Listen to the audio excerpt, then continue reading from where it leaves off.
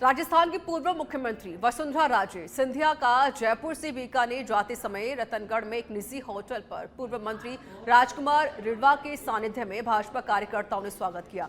इस दौरान दोनों नेताओं ने कई मुद्दों पर चर्चा भी की। पूर्व मंत्री राजकुमार के साथ जिला मंत्री श्याम पारीक, मनोज जोशी सहित कई लोग मौजूद रहे।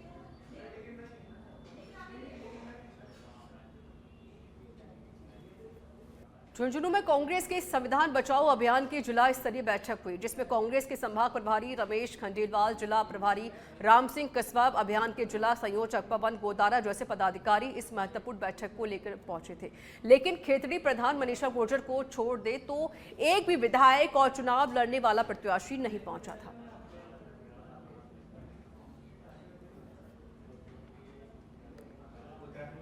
पूर्व प्रधानमंत्री राजीव गांधी की पुण्यतिथि के अवसर पर सिरोही के आबू रोड में ब्लॉक कांग्रेस कमेटी अध्यक्ष के नेतृत्व में श्रद्धांजलि कार्यक्रम का आयोजन किया गया, जहां कार्यक्रम में सभी कांग्रेस पदाधिकारी एवं कार्यकर्ताओं ने राजीव गांधी की प्रतिमा के समक्ष पुष्प अर्पित कर 2 मिनट का मौन धारण करके श्रद्धांजलि अर्पित की। इस दौरान बड़ी संख्या में कांग्रेस कार्यकर्ता मौजूद रहे।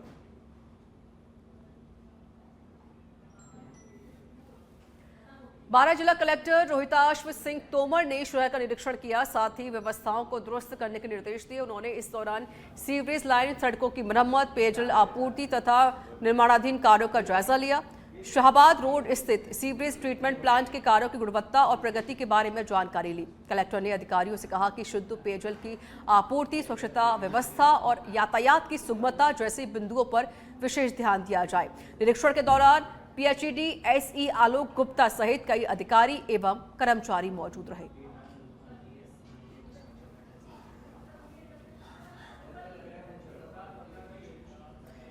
चूरू के सरदार शहर में लेडीज मार्केट में रास्ते को लेकर विवाद तूल पकड़ता जा रहा है। बरड़िया परिवार की पुश्तैनी जमीन पर बनी दीवार को हटाने के विरोध में सर्व समाज के लोग बीते 7 दिनों से प्रचंड गर्मी में धरने पर बैठे हुए हैं। धरने में कांग्रेस, बीजेपी, जैन समाज और अन्य संगठनों के प्रतिनिधियों ने नगर परिषद की कार्रवाई को गैरकानूनी करार दिया है। कांग्रेस ब्लॉक अध्यक्ष समेत कई नेताओं ने 23 मई से अनिश्चितकालीन धरने की चेतावनी दी है।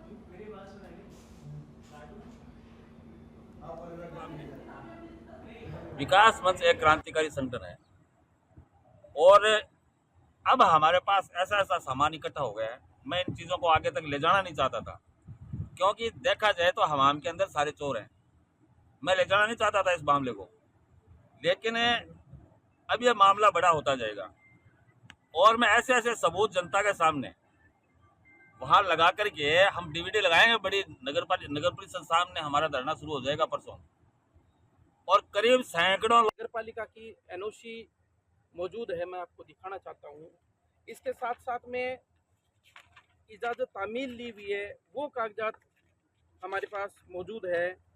भाई बंटवारा के जो कागजात हैं वो हमारे पास मौजूद है और इसमें स्पष्ट तौर से लिखा हुआ है धरना चालू है। जब तक वो यहाँ नहीं आते हैं तब तक हमारा धरना चालू रहेगा। हमारे पास एनओसी है, जो उनका अनुज्ञा पत्र है वो भी है, और वो 50 साल पहले का है। खबर डूंगरपुर से है, जहां पर आसपुर, सागवाड़ा और सावला क्षेत्र में मंदिरों, घरों, दुकानों और मोटरसाइकिल चोरी की 20 से अधिक वारदात को अंजाम देने वाले गैंग को पुलिस ने गिरफ्तार किया है। इस गैंग में 4 बालिग और 3 नाबालिग को डिटेन किया गया। पुलिस अभी तक इस चोरी के मास्टरमाइंड को गिरफ्तार करने में असफल रही है और तलाश कर रही है।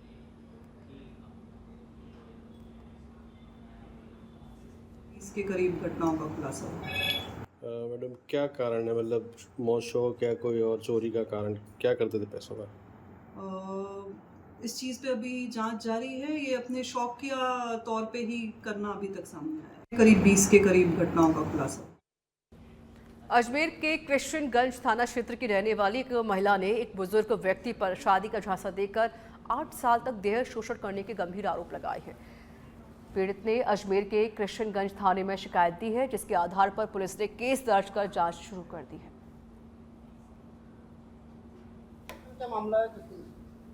एक महिला ने एक व्यक्ति के खिलाफ जबरदस्ती गलत काम करने का आरोप लगाया कि शादी का झांसा दे करके, और उसने उसके साथ लगभग 8-9 साल तक गलत काम किया था।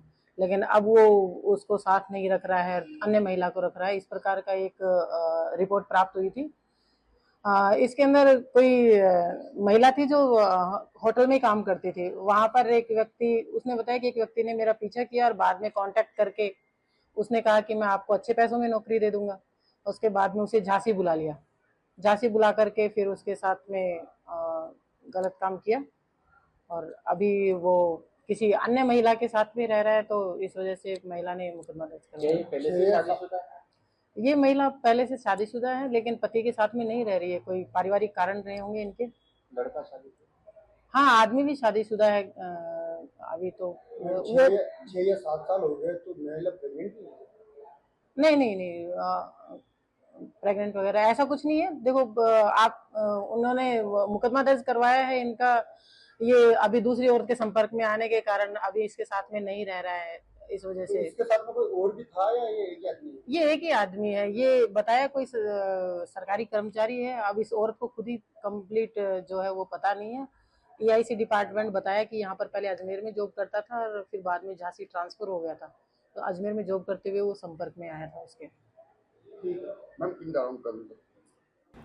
और डूंगरपुर के आसपुर सावला क्षेत्र में पिछले 1 माह में लगातार चोरियां हो रही हैं, जिसका खुलासा करने के लिए ग्रामीणों का एक प्रतिनिधि मंडल पुलिस अधीक्षक मुनकर सेन से मिला। उन्होंने ज्ञापन के माध्यम से आसपुर और सावला थाने में पिछले 1 माह में हुई चोरी के नुकसान और पकड़े गए चोरों की संपूर्ण जानकारी होने के बावजूद खुलासा नहीं करने पर रोष व्यक्त किया है। उन्होंने पीड़ितों को जल्द न्याय दिलाने की मांग रखी है। चोरियों की वारदातें बहुत बड़ी हो गई है और 5 अप्रैल को चोरी हुई थी। एक रात को 1 बजे। एक गरीब परिवार है, काफी इधर उधर से मजदूरी करके अपने जीवन यापन कर रहा है। समस्या उस क्षेत्र में चोरियों की वारदातें बहुत बड़ी हो गई है और 5 अप्रैल पाली के बाली में सोशल मीडिया पर एक भ्रामक पोस्ट वायरल हो रही है, जिसमें 28 मई और 2 जून को तेज गर्मी, आंधी तूफान और बारिश की संभावना बताई जा रही है। इस पोस्ट से लोगों में भय और भ्रांति फैल रही है। वहीं प्रशासन, मौसम विभाग या मौसम वैज्ञानिकों की ओर से इस तरह की कोई जानकारी नहीं दी गई है। साथ ही जानकारों ने आग्रह किया है कि ऐसी पोस्ट करने वालों पर कार्रवाई की जाए। इस पोस्ट को लेकर पर्यावरण प्रेमी व किसानों ने मौसम विभाग से अनुरोध किया है कि वे सही जानकारी साझा करें ताकि लोगों में भय न फैले।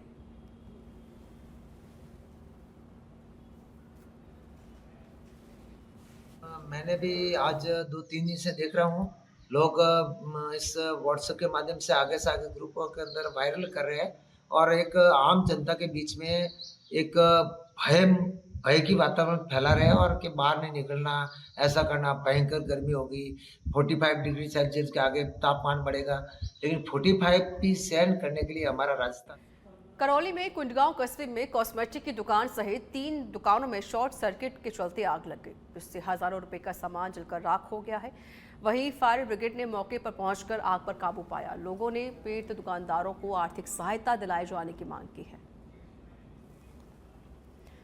और अब खबर करौली के हिंडोन सिटी से है, जहां हिंडोन में दिन दहाड़े दुकानदार को चाकू मारने का मामला सामने आया।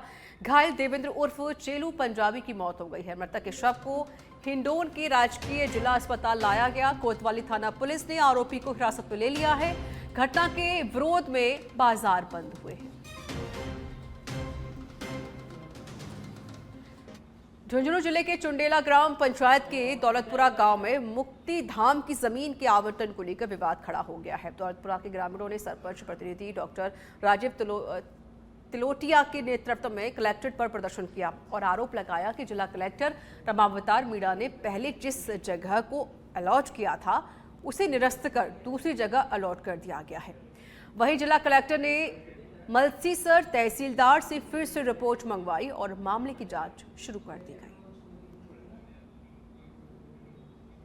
ग्राम पंचायत चुड़ेला के गांव दौलतपुरा का मामला है। दौलतपुरा में हमारे शमशान भूमि थी, जो पिछले 150 से 200 वर्ष जब से गांव बसा है, जब से हमारे जाट समाज, मेघवाल समाज और स्वामी जो हमारे गांव की सर्व समाज है उसके द्वारा दाह संस्कार किए जा रहे थे। कलेक्टर साहब ने डूंगरपुर में चितरी पुलिस ने शराब की तस्करी करते हुए 2 पिकअप और एक स्विफ्ट कार को पकड़ लिया है, जिसमें 20 लाख की अंग्रेजी शराब को भर भर कर एस्कॉर्ट करते हुए गुजरात भेजी जा रही थी। चितरी पुलिस ने कसारिया गांव के पास तीनों वाहनों को पकड़कर शराब जब्त करते हुए 3 आरोपी गिरफ्तार किए हैं। फिलहाल तीनों से पूछताछ जारी है। 5:25 की रात्रि को समय करीब 8:56 पे मैं माननीय SHO परमेश्वर एवं जाप्ता दिग्विजय सिंह जी हेड साहब एवं हेमेंद्र सिंह कानी 415 संध्याकालीन गश्त करते हुए यहाँ थाने से रवाना हुए थे। सेमलिया, बड़गी, जिजवा करते हुए कसारिया पहुँचे। कसारिया से जब हम वापस लौट रहे थे थाने की तरफ, तो बालिका छतरावा से बड़गी के पास में वहाँ अलवर जिले के ततारपुर थाना क्षेत्र के अजीजपुर गांव में तेज बाइक चलाने के विरोध को लेकर 2 पक्षों में खूनी संघर्ष हो गया। इस झगड़े में एक महिला सहित करीब आधा दर्जन लोग घायल हो गए हैं।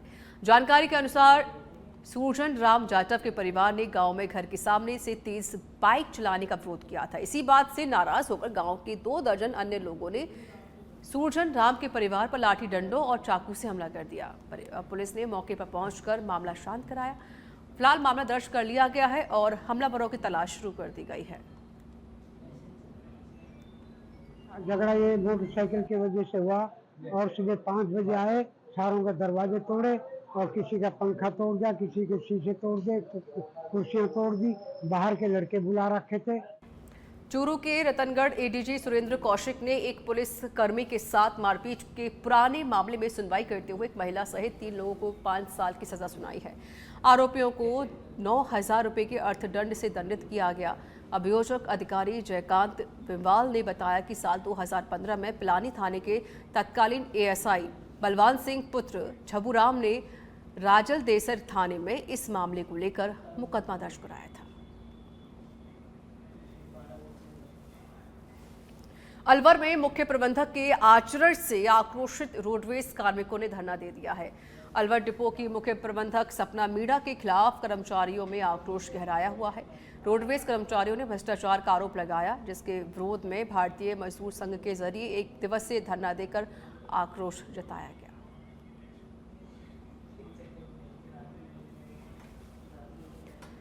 जयपुर में मादक पदार्थों के बढ़ते खतरे के खिलाफ चलाए जा रहे अभियान के तहत लालकोठी थाना पुलिस ने बड़ी कार्रवाई की है। पुलिस ने महिला और एक पुरुष को गिरफ्तार किया है, जो केंद्रीय कारागृह में बंद 2 कैदियों को स्मैक पहुंचाने की फिराक में थे। पुलिस ने दोनों आरोपियों के पास से कुल 5.22 ग्राम स्मैक और घटना में प्रयुक्त एक मोटरसाइकिल जब्त की है।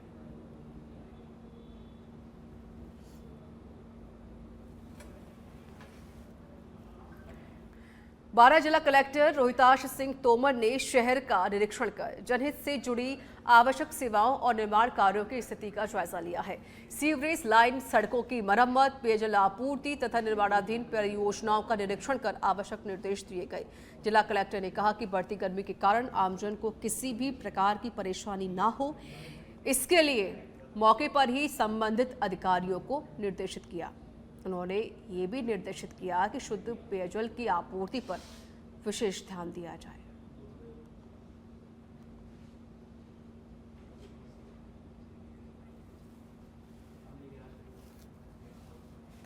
केकड़ी के सावर थाना पुलिस ने सूनी मकान व दुकान में चोरी की वारदात का खुलासा किया और 2 आरोपी गिरफ्तार किए। अज्ञात चोरों ने कुल 2 लाख से अधिक की चोरी की घटना को अंजाम दिया था। पुलिस ने मुकदमा दर्ज कर विशेष टीम का गठन कर दिया है, जहां से उन्हें पूछताछ के लिए पुलिस रिमांड पर सौंप दिया गया है। डीडवाना मेगा हाईवे पर आजवा गांव के पास एक पिकअप को अनियंत्रित ट्रेलर ने टक्कर मार दी, जिसके चलते पिकअप चालक गंभीर रूप से घायल हो गया, जिसके बाद घायल को अस्पताल पहुंचाया गया। घटना के बाद ट्रेलर चालक ट्रेलर सहित मौके से फरार है। घटना की सूचना मिलने पर पुलिस पहुंची और पुलिस पूरे मामले की जांच कर रही है। सिरोही के आबूरोड शहर के पास न्यू टाउन सोसाइटी के सामने आज अचानक एक ड्रोन गिर गया, जिसे देखकर लोगों में हड़कंप मच गया।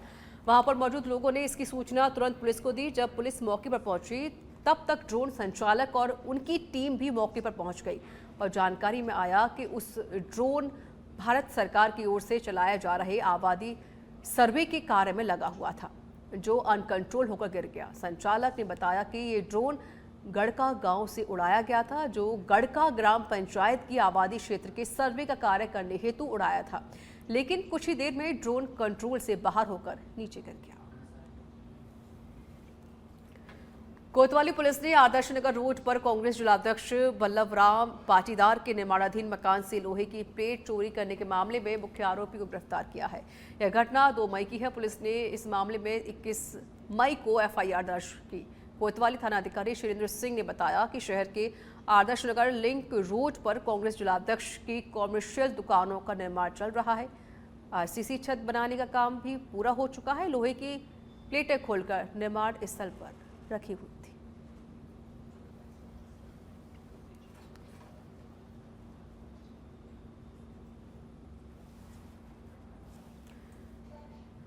भीलवाड़ में बिजौलिया पुलिस की बड़ी कार्रवाई देखने को मिली है। 10,000 के इनामी बदमाश को पुलिस ने गिरफ्तार कर लिया है। अंतर्राज्यीय चोर गिरोह का सदस्य है आरोपी। भीलवाड़ा जिले के विभिन्न थानों में कई मामले भी दर्ज हैं। थानाधिकारी लोकपाल सिंह ने इसकी जानकारी दी है। तो भीलवाड़ा से जानकारी, जहां पर 10,000 के इनामी बदमाश को पुलिस ने दबोच लिया है। अंतर्राज्यीय चोर गिरोह का सदस्य है आरोपी। थानाधिकारी ने इसकी पूरी जानकारी दी है।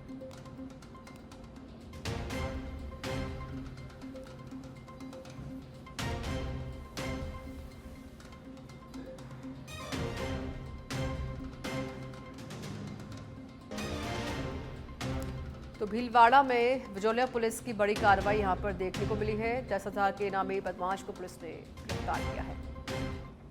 और अब खबर श्री गंगानगर के पदमपुर से है, जहां ग्राम पंचायत 16 बीबी के मनरेगा श्रमिकों ने मनरेगा कार्य शुरू करने की मांग को लेकर उपखंड अधिकारी को कलेक्टर के नाम ज्ञापन सौंपा।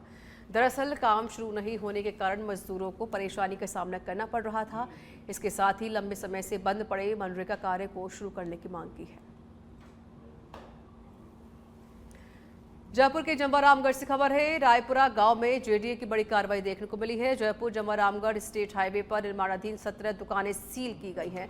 पूर्व सरपंच और उसके परिवार की दुकानों को भी सील किया गया है। निजी खातेदारी भूमि में चल रहा था निर्माण। जेडीए की बगैर परमिशन के निर्माण कार्य चल रहा था।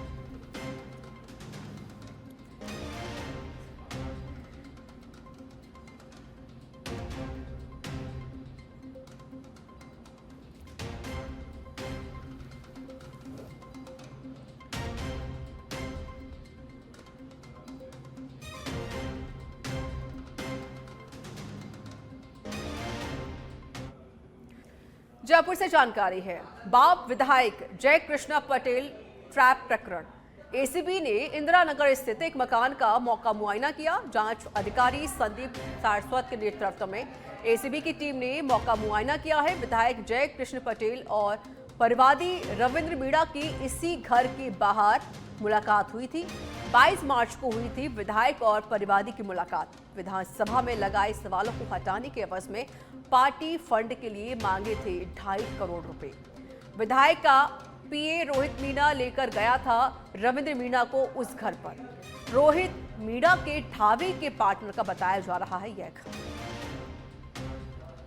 तो बाप विधायक जय कृष्णा पटेल ट्रैप प्रकरण का एक पूरा मामला है। एसीबी ने इंदिरा नगर स्थित एक मकान का मौका मुआयना किया है।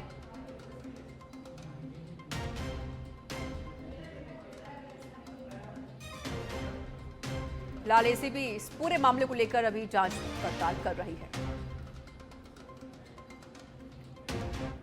हनुमानगढ़ जिले में बाल श्रम रोकथाम को लेकर जिला कलेक्ट्रेट में बैठक का आयोजन किया गया।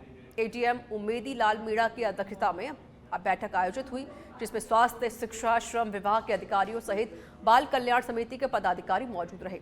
बैठक में श्रमिकों के बच्चों को शिक्षा से जोड़ने और जिले में बाल श्रम रोकथाम को लेकर चर्चा की गई। बैठक में ईंट भट्टा संचालकों को भी बाल श्रम न करवाने के लिए पाबंद किया गया। बाल श्रम रोकथाम को लेके आज जिला स्तरीय बैठक बुलाई गई थी, जिसमें एडीएम उमेदीलाल जी की अध्यक्षता में बैठक हुई, जिसमें हमारे जो श्रम कल्याण अधिकारी हैं देवेंद्र जी, मोदी जी और बाल कल्याण समिति और शिक्षा विभाग और स्वास्थ्य विभाग और ईंट भट्टा यूनियन अध्यक्ष वगैरह सभी लोग पधारे थे। और हम ज़्यादा से ज़्यादा यही चाहते हैं सभी डिपार्टमेंट हमारी सरकार की मंशा के अनुरूप कि ज़्यादा से ज़्यादा बच्चों को शिक्षा की ओर प्रेरित करें, जिसमें हमारा जो चाकसू में मुख्यमंत्री सद्भावना केंद्र का क्षेत्रीय विधायक रामावतार बैरवा ने विधिवत रूप से उद्घाटन किया। तो वहीं सद्भावना केंद्र के उद्घाटन समारोह में विधायक बैरवा ने मुख्य अतिथि के रूप में सहभागिता की। इस अवसर पर कहा कि यह RRR सेंटर के 2 प्रमुख लक्ष्य हैं। पहला, नागरिकों द्वारा अपनी अनुपयोगी वस्तुओं को दान जमा कराने का है। वहीं दूसरा, इसमें जमा वस्तुओं को जरूरतमंद लोगों को वितरित करने का है। आज हमारे चाकसू नगर पालिका क्षेत्र में एक मुख्यमंत्री सद्भावना केंद्र की जो शुरुआत की है हमने, तो सबसे पहले तो मैं राजस्थान के मुख्यमंत्री जैसे श्री भजन लाल जी शर्मा जी को धन्यवाद देना चाहूँगा कि उन्होंने पूरे राजस्थान के गरीबों की, किसानों की, सबकी सुनते हुए, देखते हुए, क्योंकि वो भी एक किसान परिवार से है, इसलिए उनको पीड़ा है कि मेरे क्षेत्र। जालौर के भीनमाल नगरवासियों के लिए एक अच्छी खबर है। यहाँ के नगरवासियों को जल्द ही जलापूर्ति की सुविधा मिलने वाली है। दरअसल गहलोत सरकार में जलदाय विभाग ने शहर में 8 नए पानी की टंकियों का निर्माण कार्य शुरू कर किया था। इसी के साथ शहर में 4 इंची नई पाइपलाइन बिछाई गई। वहीं शेमकरी माता की तलहटी के पास नया पंप हाउस का कार्य शुरू कर दिया गया था। अब 7 जलाशयों का निर्माण कार्य पूर्ण हो चुका है और 1 का कार्य प्रगति पर है। एक्सीएन हेमंत वैष्णव ने कहा कि पंप हाउस का भी निर्माण कार्य आगामी 3 से 4 दिन में पूर्ण हो जाएगा। उसके बाद पेयजल आपूर्ति कर टेस्टिंग की जाएगी। अगर सब कुछ ठीक रहा तो लोगों को रोजाना जलापूर्ति की जाएगी। आपको बता दें कि भीनमाल शहर में फिलहाल पानी की आपूर्ति 7 दिन में एक बार होती है।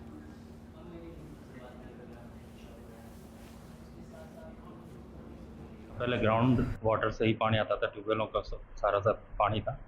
उसके लिए सबसे पहले अपन ने नर्मदा का पानी यहाँ भीनमाल तक पहुँचाया ताकि पानी का स्टोरेज हो सके। उसके बाद में जो 40 वर्ष पुराना नेटवर्क था जिसमें पुरानी पाइपलाइनें वगैरह अंडर साइज हो गई थी, उसके लिए अपन ने मुख्यमंत्री बजट घोषणा में 2022 में एक स्कीम स्वीकृत कराई थी 50.97 करोड़ की, जिसके अंतर्गत 8 उच्च जलाशय, 1 पंप हाउस, पंप इंस्टॉलेशन और पाइपलाइन के कार्य स्वीकृत हुए थे। इसमें से 7 उच्च जलाशय कंप्लीट हो चुके हैं। 1 उच्च जलाशय का कार्य प्रगतिरत है। उसमें कोई जमीन विवाद था जो क्लियर हो गया और अभी वर्तमान में प्रगति है।